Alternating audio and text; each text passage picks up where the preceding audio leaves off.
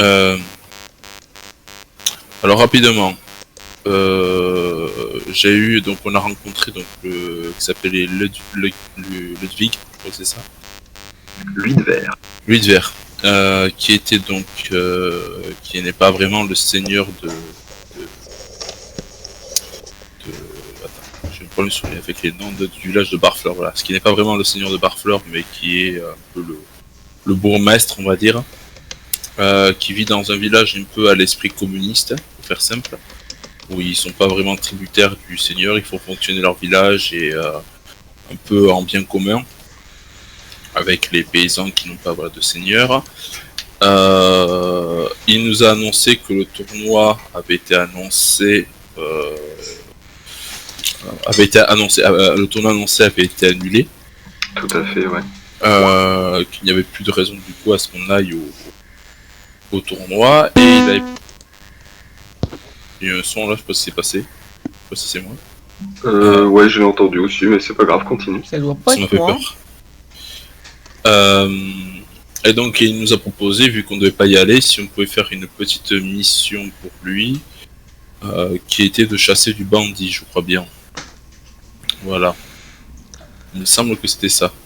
Alors lui, il vous avait demandé, c'est presque ça, il vous avait demandé de retrouver des paysans, des gens de son village qui étaient partis pour le château en ruine et qui n'étaient jamais revenus. Vous aviez proposé, et vous avez promis 40 pièces d'or chacun. Voilà, 40 pièces d'or pour vous deux. Voilà. Okay. Mais ouais, je pense que ça fait le tour.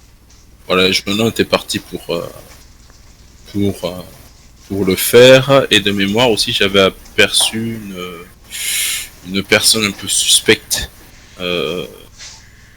en dehors du village, dans une sorte de manteau bordeaux, manteau rouge, tu m'avais dit, je crois. Noir et rouge, ouais. Noir et rouge.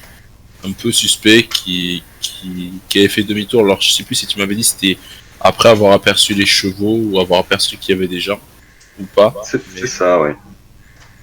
Et donc qui avait fait demi-tour, quoi. Voilà. C'est exactement ça. Très bien. Ben écoute, alors que tu discutes avec Luidver, vous entendez un bruit étrange, une sorte de gargouillis.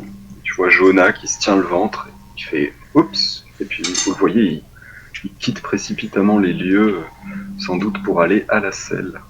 Et tu te retrouves seul avec Luidver. Il te regarde et il attend si tu as envie de lui poser des questions ou éventuellement lui donner une réponse quant à sa proposition d'emploi. Donc, est-ce que ça serait possible, donc bien sûr, d'avoir un guide pour nous amener jusqu'au château? Question. Oui, bien entendu. Un de mes chers compatriotes, coutumier des collines, vous accompagnera. D'accord. Est-ce qu'il y a d'autres personnes qui fréquentent ce village, hormis les gens de passage et les paysans? Est-ce qu'il y aurait des... Bonsoir. Bonsoir Pando. Salut. Salut. Eh ben tu es parti chier, tu m'as laissé en plan. Donc du coup je poursuis RP. Est-ce qu'il y a des compagnies de mercenaires dans le coin sur qui on pourrait éventuellement recruter ou... Voilà. Si jamais le besoin s'en faisait sentir. Je n'ai pas entendu parler d'une quelconque compagnie de mercenaires dans les environs. Et normalement ici, à part vous, il n'y a pas d'étrangers. Mais pourquoi cette question?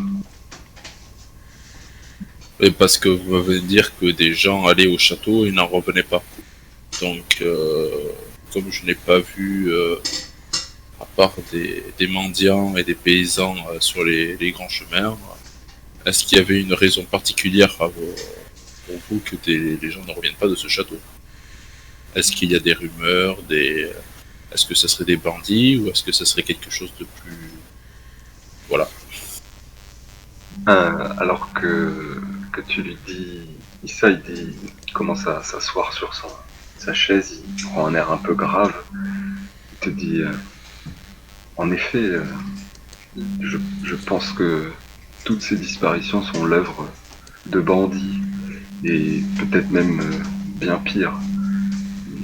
Il y a longtemps, les histoires racontaient que chaque chevalier qui s'emparait du château devenait fou et, et se retournait contre les siens. Je ne sais pas vraiment ce qui peut se cacher là-bas, mais c'est depuis plusieurs années un repère pour toutes sortes de personnes malhonnêtes. Et vous sous-entendez que ça se pourrait avoir une explication magique derrière ça? Et il dit, écoutez, il y a eu beaucoup de rumeurs, pas des rumeurs, des histoires même avérées, de présence de morts vivants dans toute cette région au nord, qui hantent les caveaux et les ruines des anciennes forteresses des seigneurs déchus. Je ne les ai pas vus moi-même, mais j'en ai souvent entendu parler. D'accord. J'aurais un message à porter au domaine de Lyonès. Est-ce que vous auriez, avant que je parte à mission, est-ce que vous auriez un messager est-ce qu'il y a ici au village un messager? Non, personne ici ne remplit cette fonction, mais si vous rendez à Lyonès, vous pourrez le porter par vous-même. Ce message est-il si urgent? Ce serait pour prévenir des compagnons que je m'aventure dans le château, et pour les inviter à me rejoindre éventuellement. Ah, ils sont pas à Lyonès, hein, je crois, mais ils sont partis. Château Lafron. Ouais, ils sont Château Lafron, ouais, pardon, Lyonès c'est ailleurs. J'ai pas la carte sur les yeux, donc... La porte s'ouvre et Jonas revient en se frottant un peu l'estomac. Ah, ça va mieux. T'as pas raté grand chose, mis à part la rapide discussion où Hans demandait plus d'informations quant à la mission que Luidver vous a demandé, à savoir retrouver les paysans disparus dans le château, en ruine un peu plus loin. Très bien. Je sais pas ce que tu vois, j'essaie depuis tout à l'heure de te faire changer de zone. Tu es toujours sur la carte du monde, Jonah, n'est-ce pas? C'est ça. J'arrive pas vraiment à... Le château, excuse-moi, je te coupe un peu en Oh, pas de bruit, s'il te plaît. Le château, je l'ai plus Merci. sur la carte, non, excuse-moi, Voilà. je l'ai sur la carte normalement en RP. Le château auquel se rendaient Odéon et Thier. Comment Ouais. il s'appelle ce château? Ça c'est le château Lafron. Lafron, voilà, c'est Lafron. Voilà. Auquel je voudrais porter. Ok. Ça marche. Donc, toi tu prépares un message pour Château Lafron pour indiquer que que vous comptez vous rendre à la Motte de l'Orge. Pour gloire et richesse, et ça serait super. Comme je sais qu'il y a 2 chevaliers qui font route là-bas pour un tournoi qui n'aura pas lieu, s'ils veulent un peu de gloire, ils peuvent nous rejoindre là-bas, quoi. Si jamais il y a un souci. Ça marche. Pendant que tu prépares ce message, Luidver continue à vous fixer. Il attend un peu que vous lui disiez si vous êtes d'accord ou pas, quoi. Je le regarde Louis de Verre, je lui dis, vous m'avez parlé de ce palefrenier là qui venait d'arriver et qui vous avait annoncé que le combat était annulé. Ouais, Sigberd, oui. Sigberd. Je veux lui... Permettez que j'aille lui parler 5 minutes et puis je reviendrai vers vous rapidement. Ah ben on va aller le chercher là. Tu vois que Luidver ouvre la porte et crie dans la rue. Sigberd. Et puis au bout d'un instant, un homme entre. Oui, que puis-je faire pour vous? Bonjour, Jonah. Apparemment vous venez de Château Lafron. Non, c'est quoi? C'est exact, jeune sire. Château Lafron. Et vous apportez des nouvelles de ce château. Donc, dites-moi ce qu'il en est de ce tournoi doit avoir lieu dans 2 semaines. Ah, eh bien, jeune sire, il tortille ses doigts autour de son chapeau de paysan. Et le tournoi a été annulé. Plus aucun chevalier n'est à Château-Lafron. Ils sont tous partis repousser les invasions. Le maître baron Lafron a décidé de reporter le tournoi, a même vendu les droits à la ville de Marette. Mais le baron du Château Lafron était l'organisateur principal du tournoi. Ce tournoi restera donc toujours en son honneur, même s'il se déroule plus tard et dans une autre ville. C'est ce que j'en sais, du moins. Très bien. Et vous êtes arrivé ici il y a Barfleur il y a quelques jours, c'est cela? 2 jours? Oui, il y a à peine 2 jours. Merci, mon brave. Allez, toi. Tout en écrivant mon message, pas de moi, je regarde juste avec mes compétences qui me sont propres si le paysan, le palefrenier a l'air nerveux quand il raconte ça. Que si je vois quelque chose dans ses yeux qui pourrait trahir un mensonge ou une nervosité. Ouais. Il est un peu nerveux d'avoir été convoqué et entouré par des personnes telles que vous trois, mais par ça, tu vois rien de plus. Ok. À ce moment-là, lui de verre lui tape sur l'épaule, il dit « Allez, on a fini de te tracasser, retourne travailler. » Ah oui, tout de suite. Et il disparaît. Alors attends, oui. Je vais bouger les autres aussi, normalement. Oui, vous permettez que je me serve d'une de vos plumes? Bien entendu, faites. Prenez le bureau ici. Je me mets au bureau, je sais pas si tu vois ce que Ouais, ben, il te fait un peu de place, écoute sur sa chaise, il te dit on peut bien partager une chaise. Et tiens d'ailleurs, ça me fait penser que Jonah, comme ça compte pour tout le monde, vous pouvez regagner tous vos points de chance pour la session actuelle maintenant. On n'a pas dormi là, si on a dormi ou c'est le matin ou... Non, c'est le pas soir. Je le fais par session la chance. D'accord. Donc, on a 3 points de chance, c'est ça? C'est variable. C'est le numéro 3 que je vois à côté des points de vie, c'est ça? C'est la jauge jaune. Ouais, exactement. Et donc, alors que Hans, tu écris, lui de verre plonge son regard dans le tien, Jonah. Il te dit alors, vous sentez-vous le courage d'aller visiter la motte de l'orge? Pour ma part, oui. Ah, il affiche un grand sourire. Excellent, excellent. Je demanderai à Pierre de vous accompagner. C'est un de nos meilleurs chasseurs. Nous le faisons en priorité pour la Dame du Lac. Il va de soi. Tout à fait. Les pierres que nous récupérerons dans les ruines de la motte de l'orge nous permettront de terminer la chapelle que nous édifions au centre de ce village. Vous avez déjà raconté quelques légendes sur ce relieu hanté, il me semble, ou du moins quelques seigneurs qui ont essayé de prendre possession et qui n'y sont jamais parvenus. C'est exact. Vous n'avez pas eu d'autres retours sur les dangers exacts que nous risquons d'y trouver? Juste une chose, il y a pendant que Hans s'écrit, il vous interrompt vite fait et il dit Sire Jonah, vous venez de quel domaine? Votre nom, s'il vous plaît, pour dans la lettre. Deux bars. Deux bars. B-A-R-E? P-A-A-R. D'accord, je vous remercie, excusez-moi.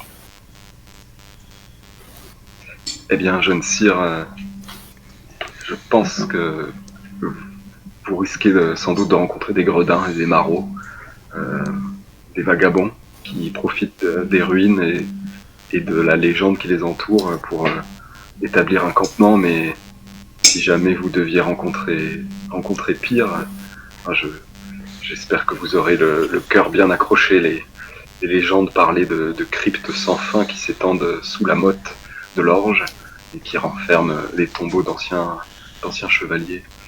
Quant aux bêtes sauvages, vous n'aurez pas de souci à vous faire. Les collines rases empêchent tout gros prédateur de s'aventurer jusqu'ici. Au pire, vous croiserez un renard. Je vous remercie pour ces informations, mais apparemment nous ne sommes pas les premiers à y aller, puisque vous avez déjà envoyé une délégation. Personne n'est revenu de cette première délégation, il me semble. Exactement, j'avais envoyé trois tailleurs de pierre récupérer, ainsi qu'une charrette et une mule pour récupérer des pierres de bonne taille là-bas. Ils sont jamais revenus. Y a-t-il d'autres personnes dans ce village de Barfleur qui seraient déjà allées sur les lieux et qui pourraient nous indiquer un petit peu une carte ou quelque chose? Comme je le disais à votre compagnon, Pierre, notre meilleur chasseur, vous accompagnera jusqu'à là-bas. Il n'a jamais pénétré dans la forteresse, mais il connaît les sentiers sûrs pour s'y rendre. Très bien, très bien. Eh bien, pour ma part, Hans, si vous n'y voyez pas d'objection, je serai prêt à partir dès demain matin, après une bonne nuit de repos. Ah, c'est parfait.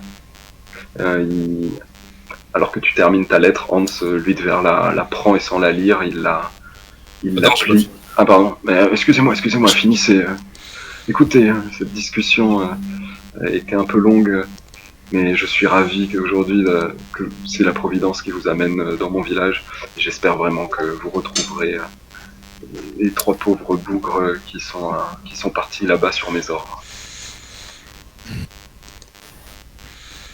Et j'espère aussi, avec une charrette remplie de pierres pour honorer la dame.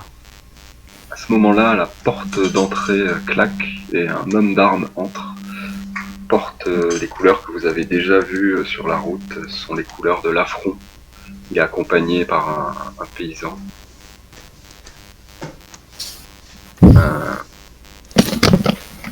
Le paysan s'avance. Il dit Cher Luidver, un messager urgent vient d'arriver de Château Laffront. Ouais, faites-le entrer. Ça tombe Vous bien. voyez l'homme d'armes exténué. Pourtant, le regard brillant de la passion du travail bien fait. Il s'approche de Luidver et il s'incline rapidement, sans plus de formalité. Il s'adresse à lui sans aucune mesure de protocole particulière. Vous êtes le chef de village de Barfleur ? Tout à fait, oui, tout à fait. Bien, dans ce cas, j'ai un message de mon maître, le baron Laffront. Il m'a demandé de toute urgence de vous le transmettre et d'attendre ici que vous réagissiez et que vous donniez votre avis sur ces propositions. Et donc là, il tend un parchemin scellé. Luidver le prend, l'ouvre, commence à regarder. Vous voyez l'homme d'armes, lui, il sort un coffre. Il le pose par terre devant Luidver. Bon, le coffre se pose. Vous reconnaissez le bruit caractéristique de pièces d'or qui s'entrechoquent. Et alors que Luidver fait des pas à droite à gauche dans la pièce en lisant cette missive, Hans et Jonah, vous avez l'opportunité d'y jeter un coup d'œil de temps à autre.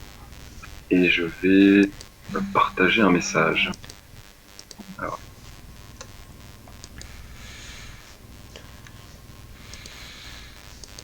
Dans votre journal, vous devriez avoir quelque chose qui est apparu qui s'appelle Message de l'affront pour Barfleur. Oui. Je regarde. Hop.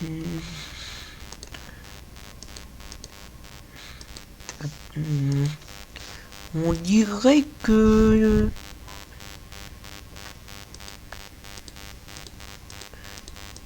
C'est bon, tu le vois, Jonah ?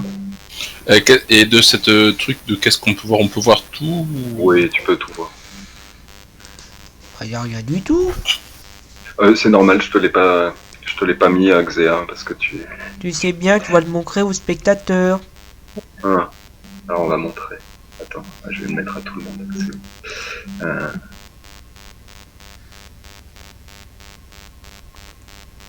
Ah, normalement, tout le monde devrait le voir.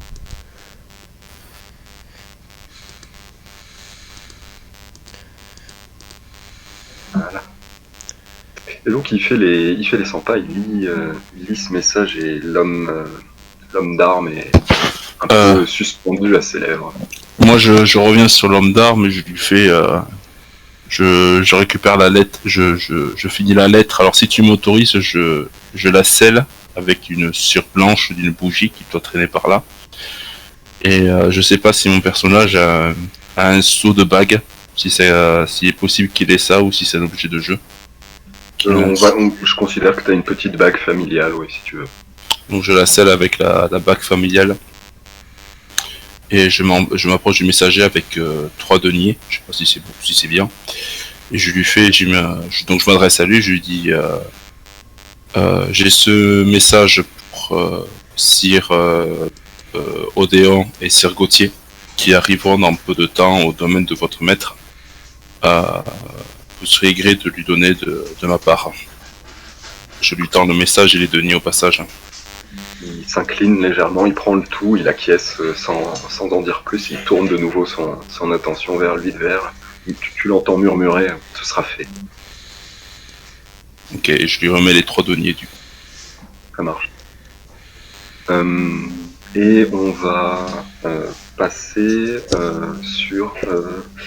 maintenant on va passer sur nos amis Odéon et Grégoire.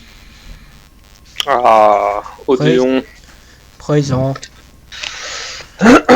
Et donc, Odéon et Grégoire, je vous retrouve au matin du 4e jour du mois des labours.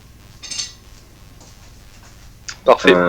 Il est 8h du matin, les 4 hommes d'armes qui ont passé la nuit avec vous sont en train de remballer le campement, d'éteindre le feu et de récupérer les prisonniers, les 2 prisonniers, le paysan et la paysanne qui ont dormi dans des conditions un peu limites, mais ils sont encore capables de marcher aujourd'hui.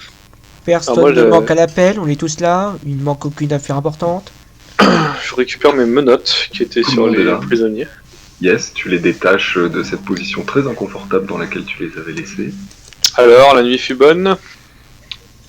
La femme t'ignore, l'homme te lance un regard noir. On fera mieux la prochaine fois. Bon, eh bien, messieurs, je m'adresse aux hommes d'armes et à Grégoire. J'imagine que nous devrions nous mettre en route pour être à Château-Lafranc d'ici peu. Avant, nous devons faire notre prière à la dame.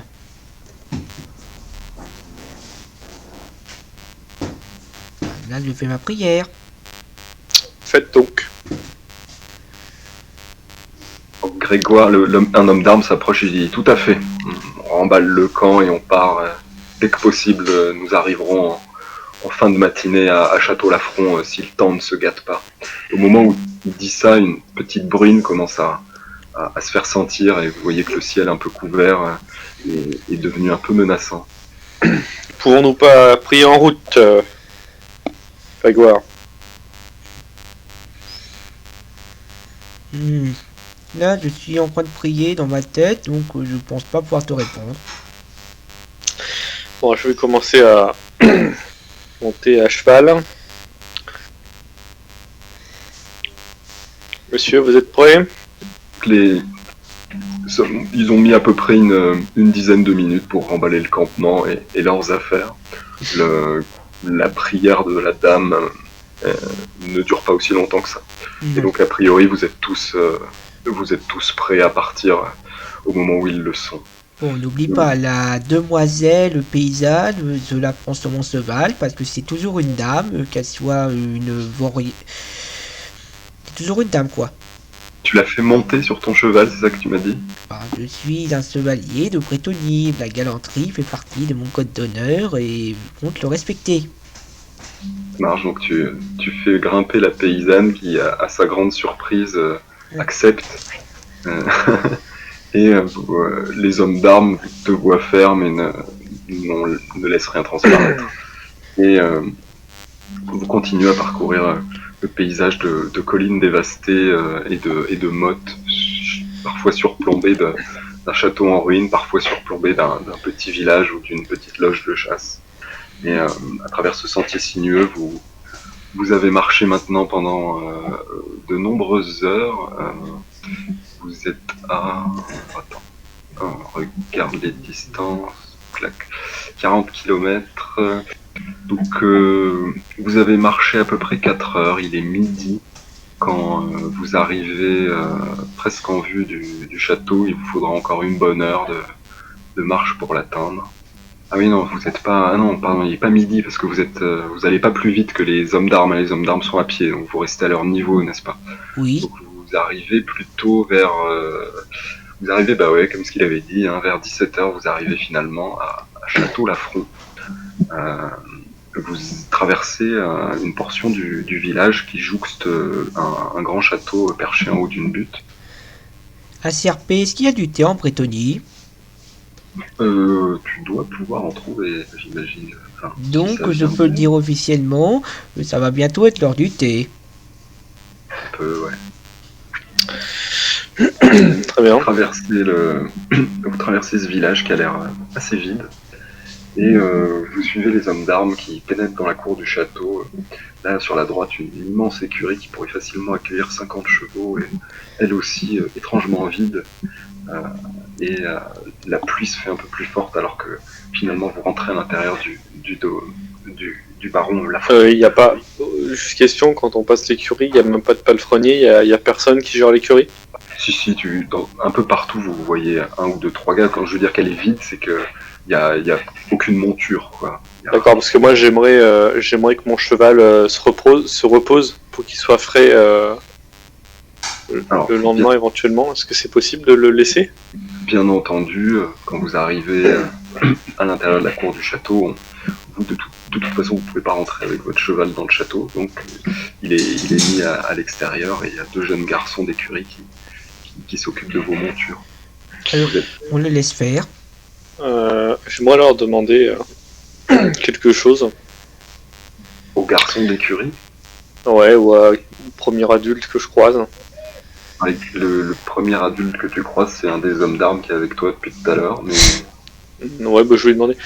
Y a-t-il un coursier rapide au château ou en ville?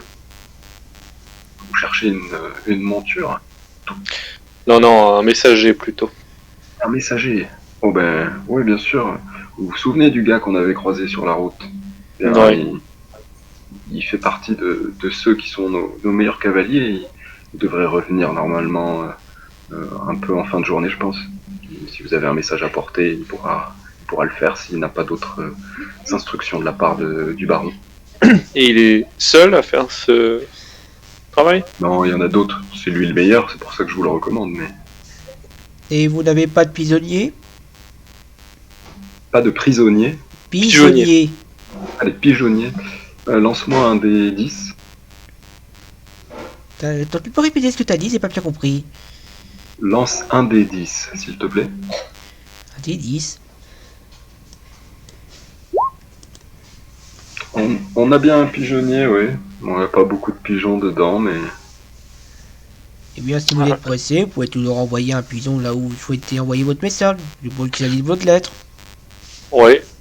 Puis-je utiliser ce pigeonnier?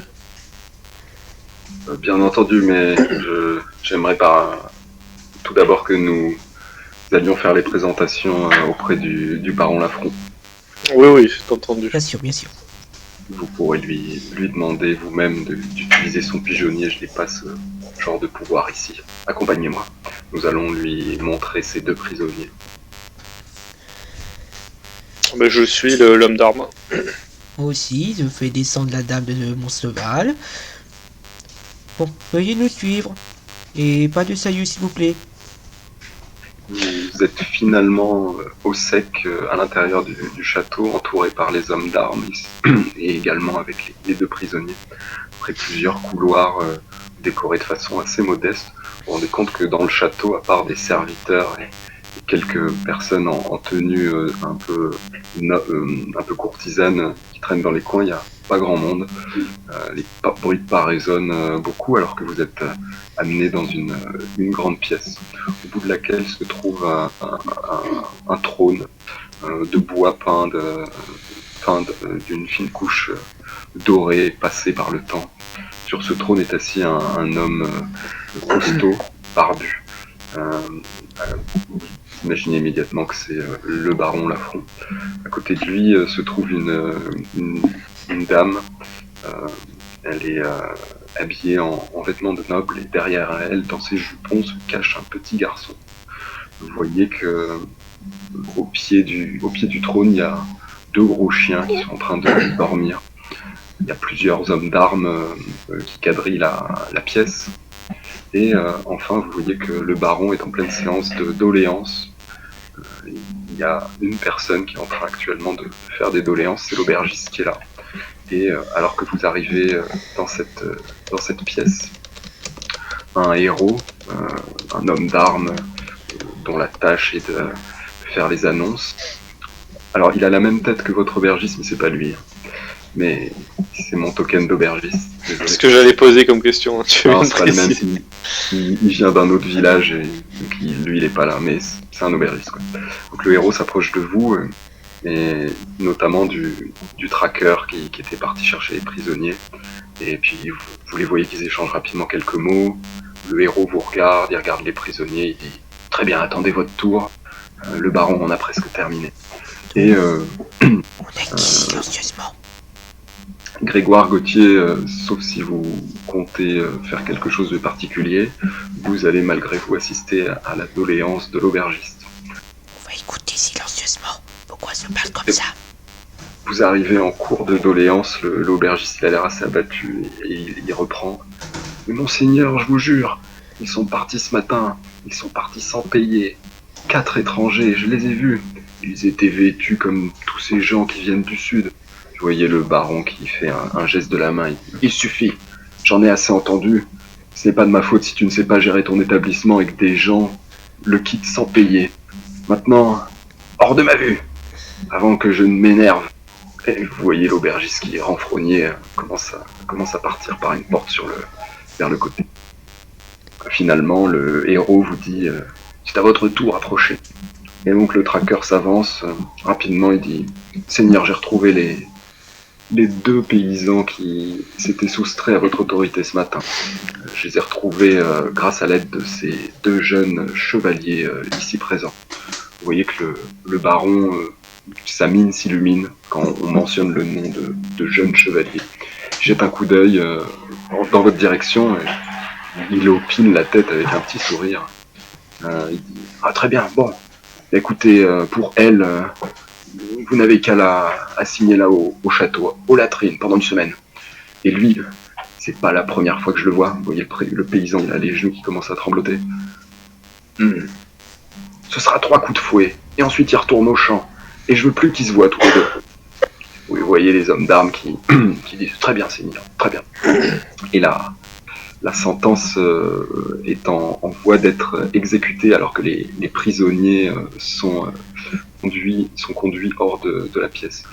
Le héros vous fait signe à toi Grégoire et à toi Odéon de vous approcher. Je m'approche et je fais une petite révérence. Pareil, messire.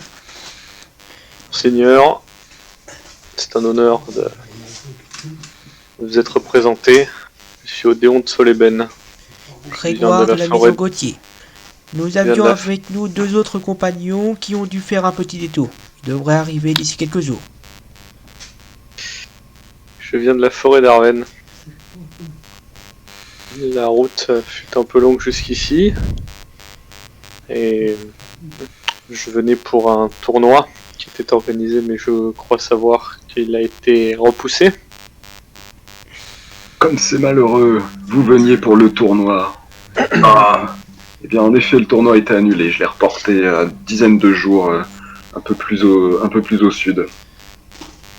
Le temps n'est pas aux distractions il me semble. Et à part ça, qu'est-ce qui vous a amené dans la région? Simplement mon tournoi? Il rigole un petit peu. Toute occasion d'acquérir de la gloire pour notre famille et pour nous-mêmes. Je voulais également profiter de cette aventure pour rendre visite à certains membres de ma famille plus au nord à Joffre. Est-ce que vous savez si la route est sûre? Ah, Joffre est en plein cœur de l'invasion aujourd'hui. Je crois que les ennemis ne sont pas encore à leur mur, mais ça ne saurait tarder. Mon épouse ici présente, désigne la jeune femme à côté, vient de Joffre, tout à fait. Tu vois que vous voyez que la jeune femme à côté, apparemment, donc c'est l'épouse du baron. Et lorsque Odéon a donné son nom et son titre, elle n'a pas cessé de lui porter un regard intéressé, comme si quelque chose dans son nom lui disait quelque chose. Alors justement, au moment où il dit ça, je m'approche un peu plus et je fais une révérence à sa femme et je dis Madame, sans vouloir vous manquer de respect et sans vouloir me montrer trop curieux, avez-vous par hasard croisé Audrey de Soleben? Elle hoche la tête et tu vois qu'elle regarde son mari, son époux, il lui donne l'autorisation de prendre la parole. Elle dit oui, tout à fait. Audrey, elle est la femme de mon frère. Elle est aujourd'hui au château Joffre. Elle fait partie de la famille avec son fils. Vous êtes la sœur du mari d'Audrey? Mais alors nous sommes parents. Eh bien, en quelque sorte, jeune chevalier. Et donc, monseigneur, par voie de conséquence, nous sommes aussi... Je le regarde et je vois j'attends sa réaction. Tu vois qu'il rigole un petit peu, il hausse les épaules, il dit ah, parfois la Bretonie est bien petite, hein. Ça me fait toujours plaisir d'accueillir des membres de la famille, proches ou éloignés, au sein de mon château. Effectivement, c'est une surprise et un honneur pour moi, monseigneur.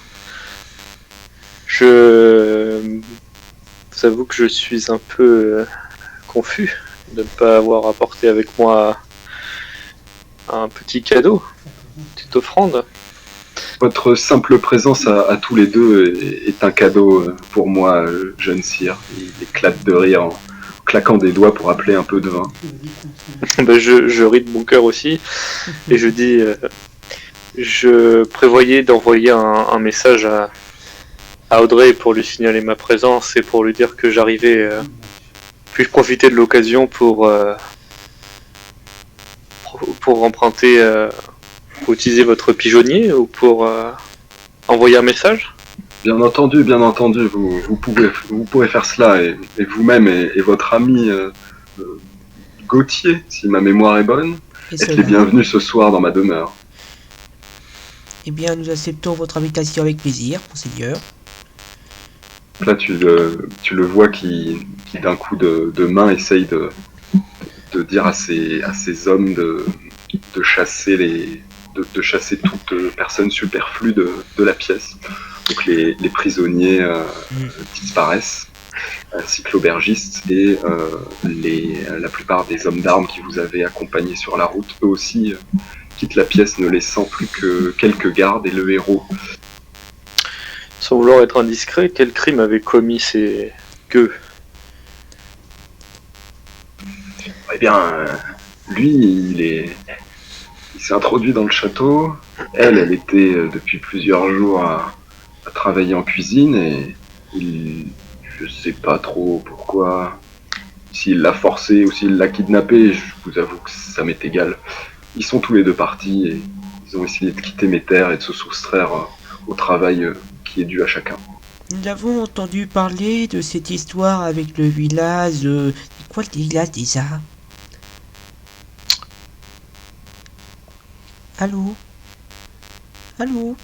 C'est Barfleur. Ah oui, merci. Avec le village de Ça te Barfleur. coûtera 100 XP, non. Mais quoi, arrêtez de rire.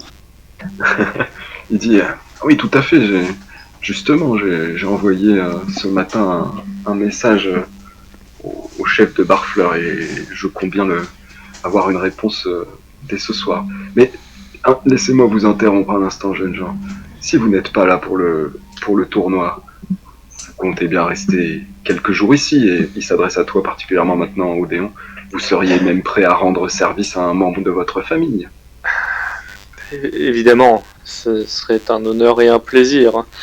Mais après ce que je viens d'apprendre de la part de votre femme, si ma sœur est bientôt en danger du fait de l'invasion prochaine, vous comprendrez qu'en tant que petit frère, je dois aller la secourir et je dois lui prêter main forte le plus rapidement possible. Il est également de mon devoir de venir en aide à mon pays en cas d'invasion. Tout tournoi peut attendre que cela soit réglé. bien entendu, mais je ne parle pas du tournoi, et d'ailleurs, sans vous cacher, sans vous cacher la crue vérité, si les invasions continuent à prendre de l'ampleur telle qu'on me le décrit, le tournoi n'aura pas lieu du tout, et tout homme et femme sachant manier une arme sera obligé de monter au combat pour repousser ces hordes. Ok. Mais Ok. aujourd'hui, je suis vraiment heureux de vous voir, et je suis heureux d'avoir enfin de jeunes gens solides, capables à mes côtés. Et là, en disant ça, il insiste sur le fait que vous soyez capables. Il regarde tous les hommes d'armes qui ont tous un peu l'air gênés quand il dit ça. Et ça gonfle un petit peu votre ego, j'ai envie de dire. C'est un enfant qui est avec sa femme. C'est un petit garçon de à peu près 4 ans qui, depuis tout à l'heure, est caché dans les jupons de sa mère avec une petite tunique bleue, et puis il vous observe avec des gros yeux, mais il dit rien du tout. Vous voyez que du vin est arrivé, et le baron s'assoit lourdement sur sa chaise. Il dit: Moi, à présent, j'aimerais juger de la qualité martiale des membres de ma famille. Enchaînez quelques passes pour moi, je vous prie. Avec qui voulez-vous que j'enchaîne des passes, baron? Je serai tout à fait disposé à vous servir d'adversaire et à vous montrer toute l'étendue de mon art. Et tu vois que le baron désigne Grégoire en disant: Eh bien, vous voyez, voilà déjà un adversaire pour vous, cher Odéon. Eh bien, allons-y alors, au premier sang versé. Au premier sang. Il vous demande juste quelques passes d'armes à la loyale, hein, mais c'est même pas besoin d'aller jusqu'au premier sang. Ce que je vous suggère, c'est qu'on va le faire en 2 temps, en trois manches, des jets de capacité de combat, et à chaque manche, on va calculer les degrés de réussite de chacun. Celui qui a remporté le plus de manches gagne, entre guillemets, a réussi à démontrer sa supériorité martiale sur l'autre. Ça vous va? Ça marche. Il faut donc cliquer sur arme à une main ou sur CC, sur capacité de combat. Là, pour celui-là, comme c'est pas un vrai combat, tu peux cliquer directement sur capacité de combat. Donc là, je vous demande à chacun un test de capacité de combat pour la première manche, et on compte vos nombres de réussites. Donc là, j'ai Grégoire qui fait un magnifique 28 pour 37, et j'ai malheureusement Odéon qui se marche un peu sur les pieds, visiblement, et déstabilisé par les premières passes de Grégoire. Grégoire, quel genre de première passe tu lui mets pour le mettre autant dans la difficulté? Eh bien, je fais d'abord, tu vois un peu l'idée, comme dans ces films de cap et d'épée, nous entrecroisons nos épées, ensuite d'un petit mouvement élégant, j'arrive à lui faire lasser son arme, et je la crappe avec ma main libre, et ensuite je lui rends. T'es pas très élégant, messire. Faites mieux la distance.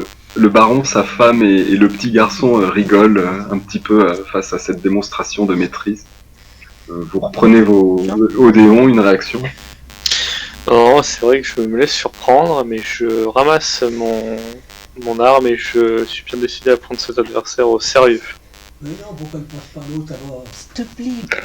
Une petite Vous enchaînez une nouvelle passe sous le regard attentif du baron, et maintenant les 2 chiens ont levé la tête et vous observent, se demandent à quelle sorte d'étrange jeu êtes-vous en train de vous livrer.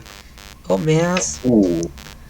Bon, ben c'est Alors que Grégoire tente une estocade, je virevolte et contre son arme, elle lui donne un petit coup de pommeau à la nuque. Je fais un pas en arrière en reculant et en souriant, et je me replace devant lui. Eh bien, d'une certaine façon, moi aussi je souris. Ah bah voilà qui était mieux. J'aime affronter des adversaires à la hauteur. Allez, finissons-en. Vous entendez le bruit de claquement alors que le baron se tape les cuisses de plaisir à voir autant d'action. Ah! Eh bien écoutez, celui qui démontrera sa vigueur à la prochaine passe aura le droit de boire immédiatement la coupe. Une réussite critique et un essai critique. Magnifique, magnifique. Joli. Capture d'écran et mise direct sur le disque.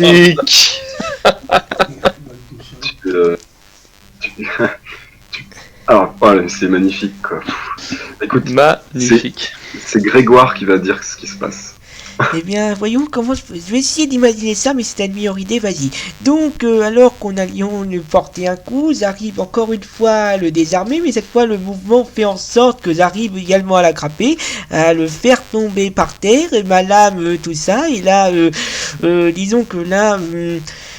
Sire, je pense que la victoire m'appartient en même temps que j'ai fait mon mouvement. Toi, tu as totalement glissé par terre.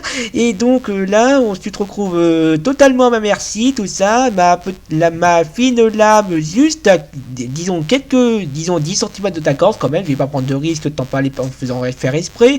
Et donc là, d'un grand sourire, je pense que nous connaissons tous les deux le vainqueur. Et ensuite, bon, je lui rends son arme. Enfin, donc d'abord, je rends mon arme. Ensuite, je l'aide à se relever. Et ensuite, je fais un petit signe, je fais une petite révérence, tout ça, pour marquer ma totale et absolue victoire. Ouais, bah, c'est à peu près ça. Donc, dès on va se relever, la mine renfrognée, et puis dans un murmure, va grommeler quelque chose, Et et ensuite, va saluer à son tour le baron, et Donc- s'assoit, et boit, donc je... la mine sombre. Donc moi aussi je salue le baron, les bras bien écartés, tout ça, pour faire une grande référence, et je fais pareil, madame. Donc j'espère que le spectacle vous a convenu. Là, le baron, face à ce spectacle, le baron s'est levé, il tape des mains très fort. La femme, elle, est assise et a fini par cacher les yeux de son fils face à tant de violence, même si au final c'était pas très violent. Hein. Ah non, Le c'est pas baron violent, il claque fait ça la avec pierre élégance et subtilité. C'était de l'art. sur l'épaule Odéon, et au moment où tu te relèves Odéon, tu remarques que tu as déchiré ton pantalon. Pas grand monde ne l'a vu pour l'instant, mais c'est une situation un peu, comment on dit, désagréable Et oui. pour un jeune chevalier. Enfin, j'aimerais terminer avec le fait que c'est un bon moyen de montrer ça. Grégoire, tu as fait un 1 sur un test de caractéristiques. Ce qui veut dire que tu es capable de progresser dans cette caractéristique dès à présent. Quand tu fais un test de caractéristiques et que tu le fais à moins de 10%, tu peux essayer de progresser tout de suite. Donc pour progresser, il faut refaire un test de caractéristiques, il faut que tu le rates. Donc vas-y, fais-moi un test de capacité de combat. Si tu le rates, tu progresses. C'est un peu contradictoire, non? Oh, dommage. Que tu as des choses à apprendre. Mais là, visiblement, t'as rien à apprendre de ce qui vient de se passer. C'est Même si tu as été exceptionnel. c'est bizarre. Donc, tu ne Attends, je peux le tu ne relancer ou progresses pas? Oui, j'autorise un point de chance pour relancer ton test de Ah progression. bah bon, et ça me fera. Je suis triste de t'annoncer, Grégoire, que tu es vraiment un très bon guerrier. On en reparlera devant les gobelins. Oh les gobelins, et on faut plutôt des orques, ça ira plus vite. Et donc je vais murmurer. Et il y a quelqu'un à côté de moi ou pas? Il y a un garde ou pas? Il y a le héros qui est pas loin, ouais. Qui est pas loin derrière vous. Je fais signe au héros et je lui dis Ah mais en fait, puisque lui il a fait un 100, est-ce que ça veut dire que lui il progresse négativement ou pas? Non, tu peux pas devenir plus con que tu ne l'es déjà, ça va. non, mais justement, vu que j'ai héros, beaucoup de choses à apprendre, je vais peut-être progresser plus vite, tu vois. Mais Alors, oui. je fais signe au héros et je lui dis je vais vous faire amener des vêtements neufs dans mon quartier, s'il vous plaît. Bien entendu, sire, bien entendu.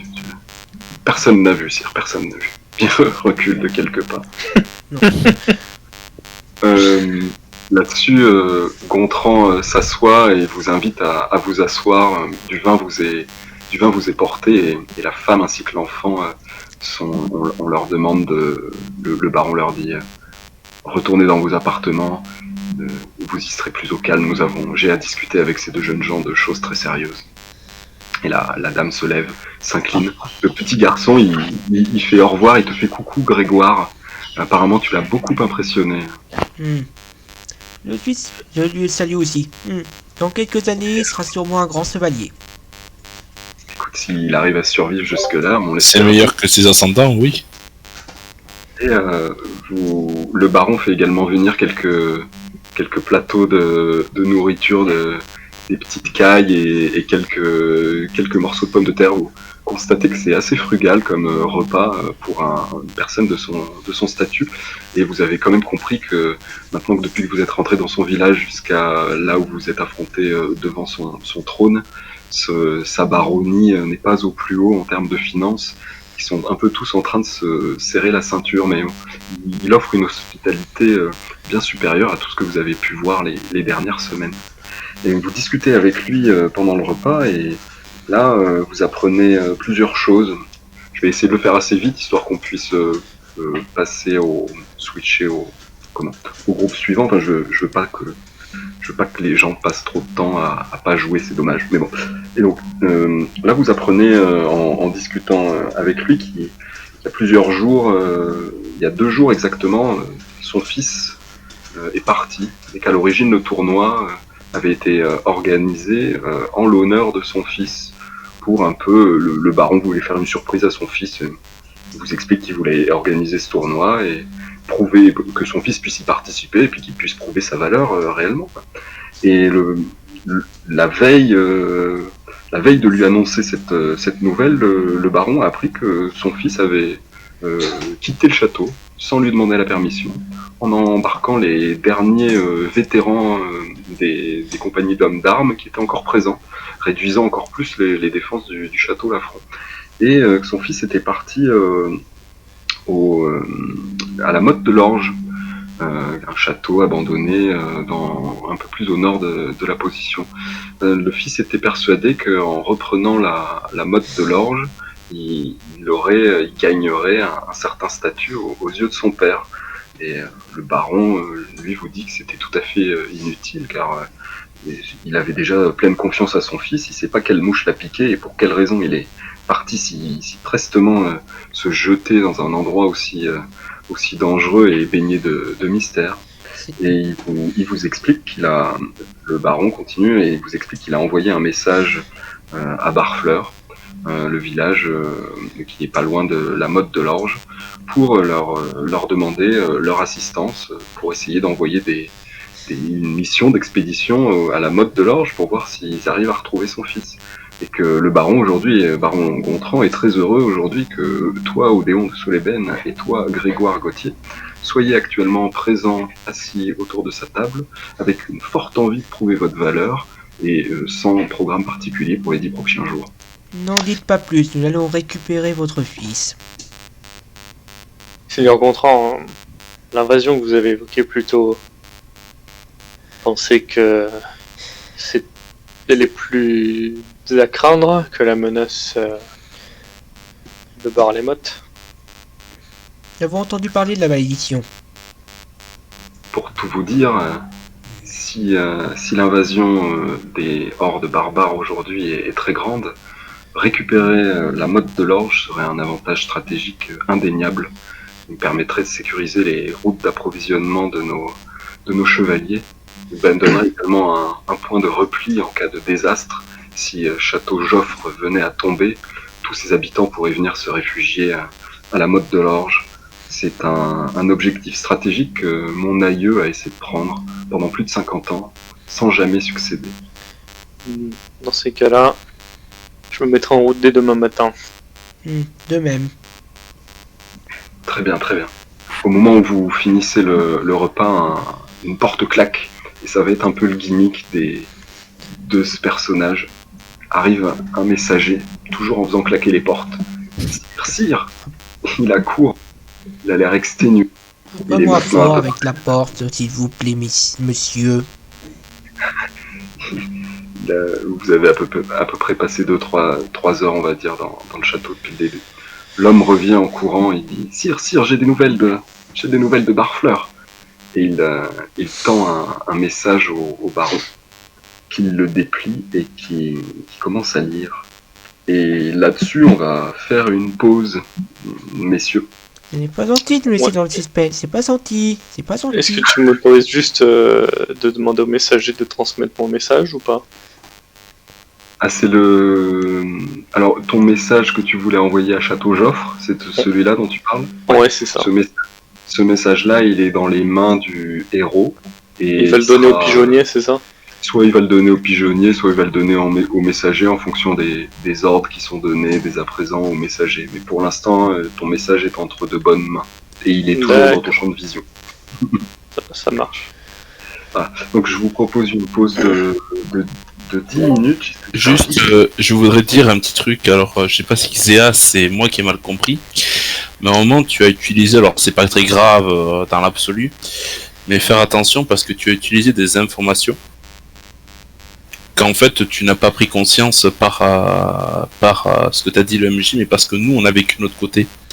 Par exemple, les ruines, à aucun moment, pas de bras a dit qu'elles pouvaient être hantées ou. Si, les soldats nous l'ont dit. Enfin, Ah bon? Ouais, ils en ont discuté au campement, mais toi, Ah d'accord. ouais, comme tu n'étais pas là, c'est vrai que toutes vos informations sont séparées, mais a priori, vous avez à peu près tous les mêmes D'accord, ok. Autant pour moi. de sources différentes. en revanche, je ne pense Ok. pas savoir que votre village est communiste, mais bon, ça, j'en prendrai sûrement plus tard. Ok. Autant pour moi. Je vous retrouve dans une dizaine de minutes et on reprendra on va essayer de reprendre avec Hans et Jonah et essayer de regrouper tout ce beau monde. Mais il faut Ok. que- À tout de suite, 10 Tout de minutes. suite. Salut. Attendez, il faut que j'interrompe ce truc. Voilà, c'est bon, je vais l'arrêter dans 10, 9, 8, 7, 6.